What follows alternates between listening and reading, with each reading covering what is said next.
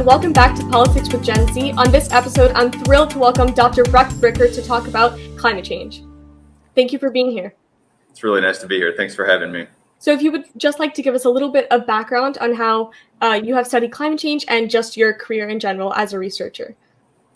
Yeah, so I'm a faculty member at the University of Kansas, and I teach classes in rhetoric and argumentation and persuasion, also classes in environmental rhetoric. That seminar primarily focuses on the way that people understand and think about their environment. And a big component of that is their relationship to climate change and the science surrounding climate change. In 2012 and 2013, I wrote my dissertation on public understanding of climate science. It focused specifically on, it's focused on a variety of things, but the way that scientists communicated, the way that people understood particular climatic events like Hurricane Sandy, and also focused on presidential and political rhetoric about climate change, in particular focusing on how politicians focus on economic elements of Obama's stimulus package, for example, and kind of the way that the public understood those things. So I'm by no means a climate scientist, but what I study is the way that people think about and understand climate change and the science surrounding climate change. Absolutely. And today we're going to talk about some of the policies that are currently being debated to address climate change, especially in the United States. So I would just like to start off with some general questions about what are the most pressing concerns that both in the political sphere and in the social aspect we should be paying attention to regarding climate change? So this is a question that I feel like the answer fluctuates pretty rapidly. So I want to come at it kind of from two angles. The first is the political angle, like you mentioned. So we have a president that is taking climate change seriously and a Congress that is considering taking climate change seriously. And those bills that Congress is deciding on and the upcoming climate summit at the beginning of November are two important political events that can shape the trajectory of U.S. emissions for the foreseeable future. And so I feel like those are the fundamental stepping stones to getting our electric grid off of fossil fuels and our automobile infrastructure more heavily focused on electric vehicles as well. So politically, I think that those are the most pressing concerns. I think we could also think about this from, it's not that these issues are not political, but that one of the central elements that is kind of unfolding before us is the importance of climate migration. When we think about climate impacts, one of the things that is really central to the current impacts to climate is the way that people are being forced to move based on the loss of land, the loss of access to potable water, the influx of natural disasters to places where they've not been before. And those things are certainly tied to the political concerns that I talked about earlier. But in the United States, at least, we have not really figured out any way to grapple with those concerns. We are, the country most responsible for international emissions or the emissions counts, but we are seemingly the least responsible or least willing to be responsible for the internal migration in the United States of several Alaskan and Inuit people, and also internationally when we have climate refugees and the necessity of migration. There's no particular visa, for example, in the United States that would allow migrants to come and settle in the United States. So I think that one thing that we will see, no matter what happens with the politics, is we will see enhanced climate migration and governments and non-governmental organizations kind of scrambling to deal with that concern. Absolutely. I recently did some research on climate migration, actually, and it seems like the countries besides the U.S., like you said, are most responsible, are least willing to take on the blame, especially like internationally. Is there a framework or a way that you think that these countries, such as the United States, should address climate migration internationally, like you mentioned, maybe like a visa or an international framework that sets up how people affected by climate impacts and like more storms, etc., would be able to migrate elsewhere? So there's kind of my prediction, and then there's like the ideal scenario. I think that the ideal scenario is that the United States is willing to accept either based on a climate visa, or based on some other particular status, basically large groups of people from countries that are ravaged by climate change. And I think that given the current political climate in the United States and feelings towards immigrants, that feels relatively unlikely, but I think would probably be the most ethical way to approach this concern. Right. I think the much more likely concern, and one that is financing those efforts. So I can imagine a world in which the United States helps financially developing countries or non-governmental organizations deal with some of these concerns. And the United States already does some of this. I mean, they give significant grants and tax benefits to refugee organizations in the United States that are mostly dealing with international resettlement. So taking refugees from Uganda and settling them in Kenya or in the Middle East, not bringing them to the United States. So I think that is a more palatable solution for the United States. I think it's more likely to occur, but I think it's in some ways still kind of shifting the blame for a problem the United States has a pretty significant hand in creating and forcing, making other people kind of clean up our mess. Right, absolutely. I think a lot of people know about the Paris Accord and how we have kind of agreed to reduce our emissions. However, that is not like a binding process, as I understand it. So as we move forward, I know we'll talk about the infrastructure bill maybe, but what are the steps that the U.S. has taken or Biden is promising to take in order to meet the promises that we have made in that treaty and in other So the broader framework of the United Nations, their climate change initiative is under the UNFCCC, and as a subcomponent of that, there is the Paris Accord, which includes a non-binding pledges for nationally determined contributions, which basically counts countries' emissions based on a set of factors that are more complicated than we can discuss here, but basically a promise, and then also includes a framework for financing from developed countries, helping underdeveloped countries meet their climate pledges. And that's kind of like a way to think about international reparation. So what Biden has done after the Trump administration basically, it's complicated, pulled the United States out of Paris, despite the fact that he couldn't pull the US out of Paris. Biden reinstated our commitments to Paris and has now promised to basically have United States emissions by 2035. And there are certainly things that Biden can do to nudge the United States in that direction. He is reducing oil drilling and natural gas drilling on federal lands. He could implement some of the the EPA's administrative authority that was used under the Obama administration. For example, the Clean Power Plan to incentivize and basically coerce utilities to move away from coal. And those things could probably be done without Congress, but really what the United States needs to do is to have legislation in place that moves the United States towards actually meeting those goals. And the two most important ways to do that are to electrify the grid and to get gas guzzling cars off the road. And those two things kind of go hand in hand, because moving to electric cars doesn't do us very much if all of that is using coal. So those two things, I think, if those two things occur as they're outlined in the current infrastructure bill, that's a huge step towards Biden's promise, even though I don't think that alone probably constitutes meeting that promise. Okay, yeah. Currently, there are discussions about the infrastructure bill. I guess we could move there. The bill is in two parts.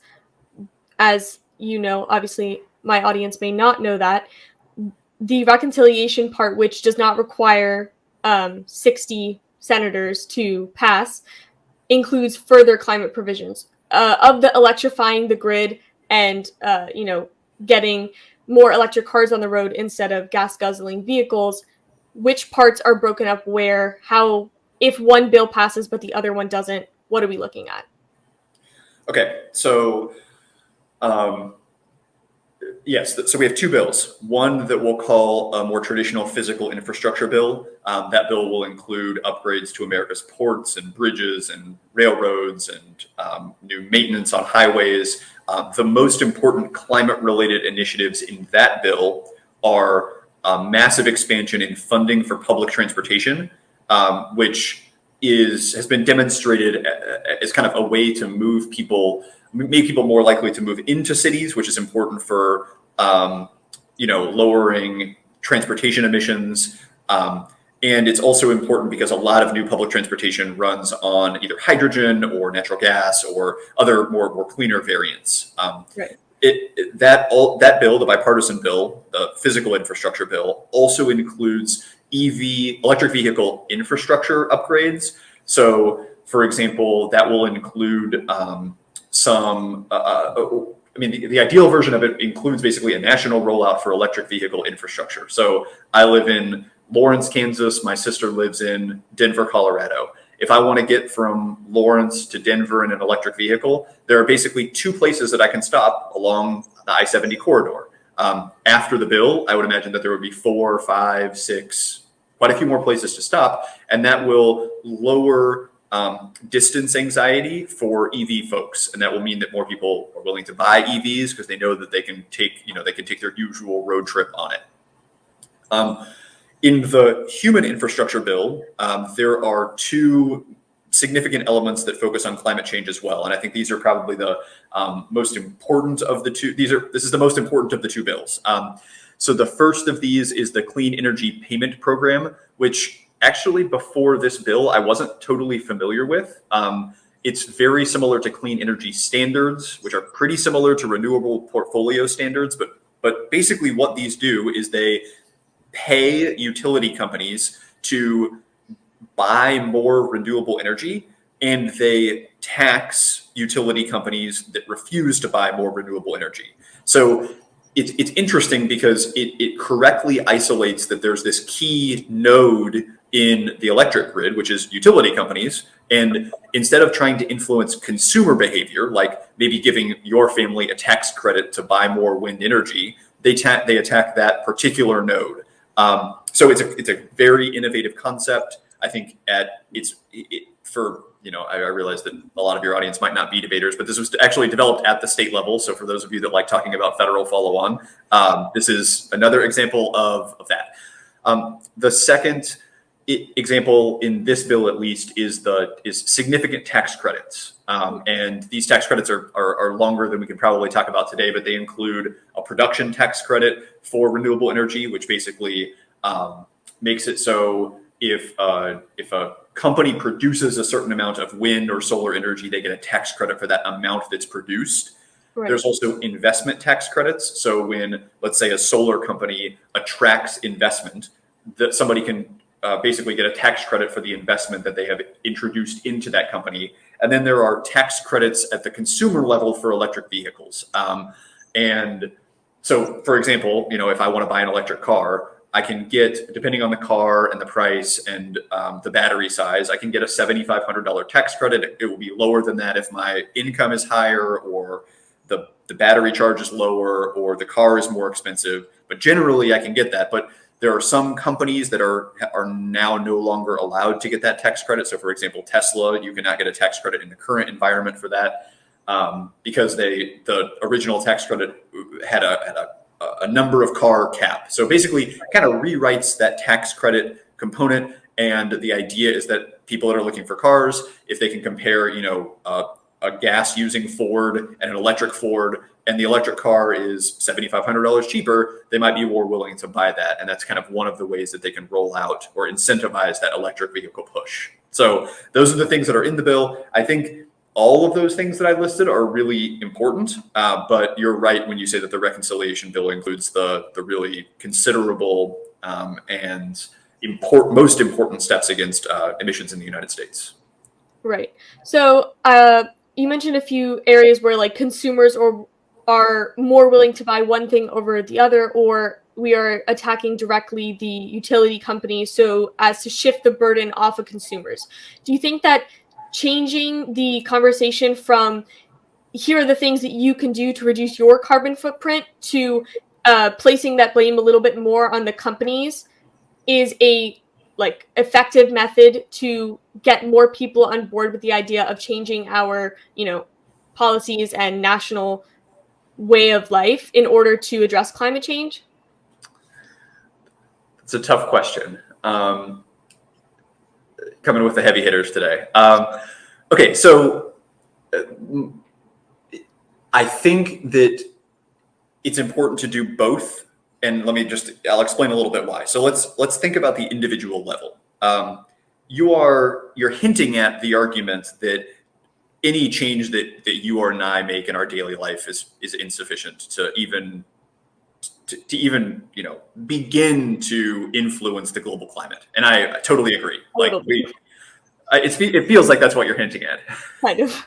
It's a little unfortunate, but it seems like for the most part, any change that an individual makes is not going to be super effective in the grand scheme of things when we still have huge countries and corporations that are emitting tons every year.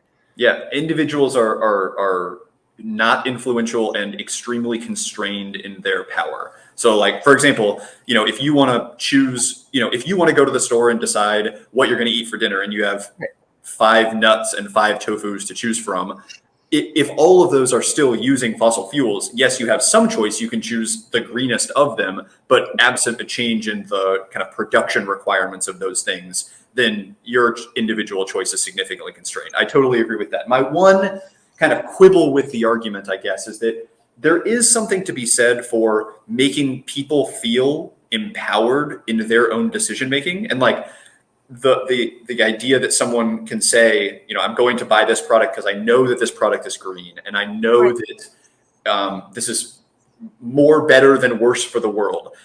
That incentivizes kind of like what I call a green muscle, which is like, you have to work a muscle to kind of like make it powerful in the future. Yeah. And like that act is empowering. And maybe that is the same empowering act that makes someone, donate to an environmental cause or vote for a green candidate or something. So I think it's important for, generating that, even though it's like direct emissions influence is probably so minuscule that it's not even worth spending 5 minutes on a podcast discussing. So I think it's worth doing that. But I think what you're hinting at is 100% correct. Like if we want to have meaningful changes to the economy, the idea that you turn your light off 5 minutes earlier, or you take, only go to work 4 days a week instead of 5, those are not the type of decisions that will have a meaningful impact on the climate, which is why it's really important for people to think about the way that they're represented politically, who leads them, what policies will work. And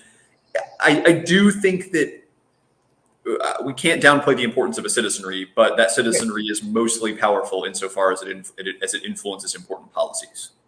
Absolutely. So it's more about education and the empowerment that someone receives from acting in a way that is green, and that encourages them to then invest in green politicians and donate to a organization that's going to make further strides than their own dollar can carry, and less about the actual individual acts themselves. Yeah. And there, yes, I think that's a very good way to put it. And once our society reaches a critical mass of green consciousness, then policies will change to meet that consciousness. So, we did have,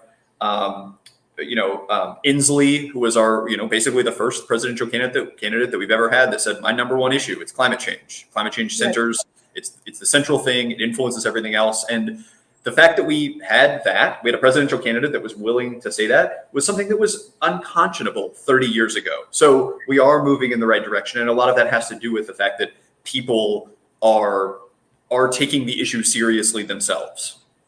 Absolutely. So in that conversation, how can we make people more broadly aware of these issues, even if they believe in climate change and understand that it's a real threat? What are the ways that as a nation and just as a world that we can focus our critical consciousness on the idea that this is a pressing threat against every generation? It's not just, the current people living. It's every future generation and everyone in the world, because it it affects every aspect of our world. It doesn't affect just, how you drive your car. It affects the weather, the ocean rise, where you put your house. How can we change that national conversation? So there's not a silver bullet, and probably the most frustrating part of the work that I did in my dissertation was that I had to finish my PhD. So like what could have been thousands and thousands of pages of studies and recommendations and thoughts, and kind of had to be boiled down into like a concluding paragraph. Absolutely. So that part is hard. And my answer is also kind of sad, but I actually really think it starts with the youth. And by youth, I mean like children's books and making students and children environmentally aware. And that's not to blame kids or children. Like the Sunrise Movement is doing amazing work, I feel like. And there are more children's books about the climate than have really ever been written before. This environment exists now. The reason why it's such a sad answer is like, if it takes 30 years for this group of kids to change the world, then we're out of luck. But one thing that I consistently found in my work was that adults are hardened. Adults are more commonly subjected to selective exposure, meaning that if you're an adult, you already know if you want to watch Fox News every night before bed or CNN. You've already kind of maybe adopted a more cynical approach to the world. A lot of the hope that young people have gets, like, for some reason, sucked out of the life of older people. Not all of them, but like in general. So I think it begins with the youth. It doesn't end with the youth, but I really do think that an empowered youth movement is the only real way. And the way that an empowered youth movement can change the world more quickly is that both political parties know that the youth is their future.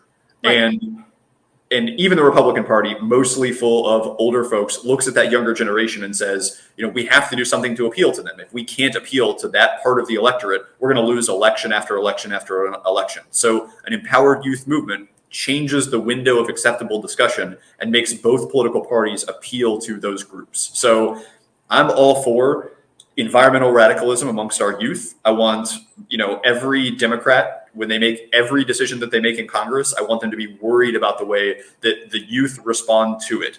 And I think that's already showing power, but I think that is really the most important issue, because kids are smart, they are capable of changing their mind, they have hope, and it's their future. Like, it's not my dad's future. My dad's going to live for 10 more years. He's not going to see the worst of this. It's you and your peers that are going to be dealing with the damage that's wrought by most of the older people for you. So I think that's not a very specific example for how it can be changed, but I do think that's our best hope.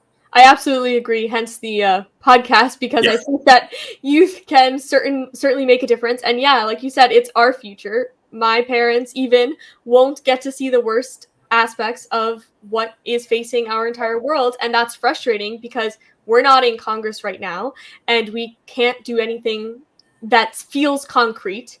But even being educated and being a force in politics and political activism can make a difference. So I agree with that answer. That makes a lot of sense. I guess that kind of brings me to the question of, if this infrastructure bill doesn't pass, if we can't get anything through Congress because Congress has been gridlocked for a long time, what can be done by Biden? What can be done by a future president through an executive order or through another action by the EPA that is not subject to a partisan process? So any of these answers that I give you are going to be problematic for two reasons. One is that any of them can be reversed by the next administration. Absolutely. And all of them will be subjected to litigation on basically the premise of there was insufficient statutory authority for this agency to do it. But that said, I think that the Obama presidency demonstrates a pretty good approach. So I think that there's one element of this that is based in foreign policy. So the United States demonstrating through its foreign policy initiatives that we take climate change seriously. That's a presidential recommitment to Paris, which we have. That's enhanced State Department support for places that are suffering from climate catastrophes like hurricanes and typhoons, or places that are dealing with mass refugee crises, which those two things are related. But those foreign policy endeavors will not do much to reduce US emissions, but will convince other countries that the United States takes the problem of climate change seriously. And in this context, that's an important thing to do. In terms of domestic policy, I think you should think of it kind of like a two-pronged approach, a supply and demand approach. So in terms of supply, the president can dramatically reduce the amount of fossil fuels that get excavated. So a lot of oil and natural gas drilling happens because of federal permits and because of actions on federal lands. And those two things are within the executive purview. So one thing that happened under the Obama administration is Obama designated particular areas monuments, which goes back to the Antiquities Act. And basically what that means is that they're off limits to drilling. Right. And addressing that supply concern, I mean, there's a whole scientific literature that says that we should be thinking about this more from the supply side approach. If we eliminate the supply of fossil fuels, that's what's going to be the behavior changing initiatives that make us want to move to more renewable energy. The second element of this is more of the demand side approach. And a lot of the things that are being implemented in the Clean Energy Program, the CEP, the Clean Energy Standard, some of those things can still be done at the executive level. So, for example, the Clean Air Act outlined federal authority to regulate pollutants, and those pollutants, the EPA could decide that carbon dioxide is a pollutant and regulate it based on existing statutory authority. So what that would look like is the EPA would say, Congress has given us the power to say we can regulate a pollutant. We get to define what a pollutant is, and we've done that at the EPA with a variety of other pollutants, and we think carbon dioxide is a pollutant. Now, that argument is a bit tenuous because those Clean Air Act pollutants are really more commonly thought of as air pollution particulates, like things that will cause damage in your lungs, things that will damage, so it's maybe a bit of a tenuous argument, but it's one that Obama succeeded at using when defending the Clean Power Plan, which of course was rolled back by the Trump administration. But it's the difficulty of this executive approach is that they don't have the ability to change the tax code or to offer substantial funding. So a lot of these approaches will be much more regulatory looking, which is both potentially a popularity or political capital problem for Biden and potentially more expensive and fought by industries, because it's a lot easier to incentivize these economy-wide changes when the government is basically funding them. But if it's just executive action, we've got a constitutional basis that the executive can't be providing much funding for those things. So all in all, I think the executive could radically change our economy and radically reduce fossil fuel production and consumption. They are much less likely to do it. It's less likely to be assumed as legal, and it incites more business backlash. So I am, cautiously optimistic that our Congress will provide the executive kind of the ability to do a lot of the things they need to do. Absolutely. I hope so as well. Well, I think that wraps up the majority of our questions in this interview. I really appreciate you being here, and I'm sure that everyone learned a lot from this conversation, as I know I did, and it can help us be more politically active, especially since we've established that the youth can be a real force for change. So thank you for being here, Dr. Bricker. Thanks, Shannon.